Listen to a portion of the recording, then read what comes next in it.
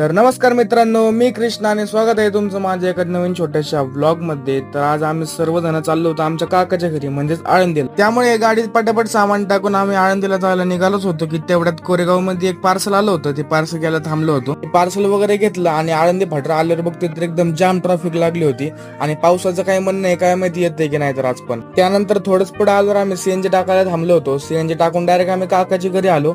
त्यांना साहित्य वगैरे दिलं आणि आम्हाला जायचं होतं भोसरीला आमच्या दादाकडे. त्यामुळे काकांच्या घरून चहा पाणी करून आम्ही भोसरीला जायला निघालो आणि इथं पण एकदम जाम ट्रॅफिक लागली, नुसतं ट्रॅफिक चालू असतं. आणि इथं आल्यानंतर सर्वात पहिले आमचं जेवण झालं. त्यानंतर सगळेजण गप्पा गोष्टीमध्ये गुंग झाले होते आणि ओमड्याने मित्र एका साईडला बेडवर बसलो होतो आणि ओमड्याला एकदम जाम झोप आली होती. गप्पा गोष्टी वगैरे सगळं उरकून आम्ही दादांच्या इथून निघालो होतो आणि रोडच्या साईडला बघतोय तर इथं भाजीपाल्याचं दुकान लागले होते. त्यामुळे मम्मी इथं भाजीपाला वगैरे घेत होती आणि रात्री आमचा प्लॅन ठरला की चायनीज खायला जायची. त्यामुळे दोघांना पण गाडीवर टाकलं आणि चायनीज खायला निघालो. आणि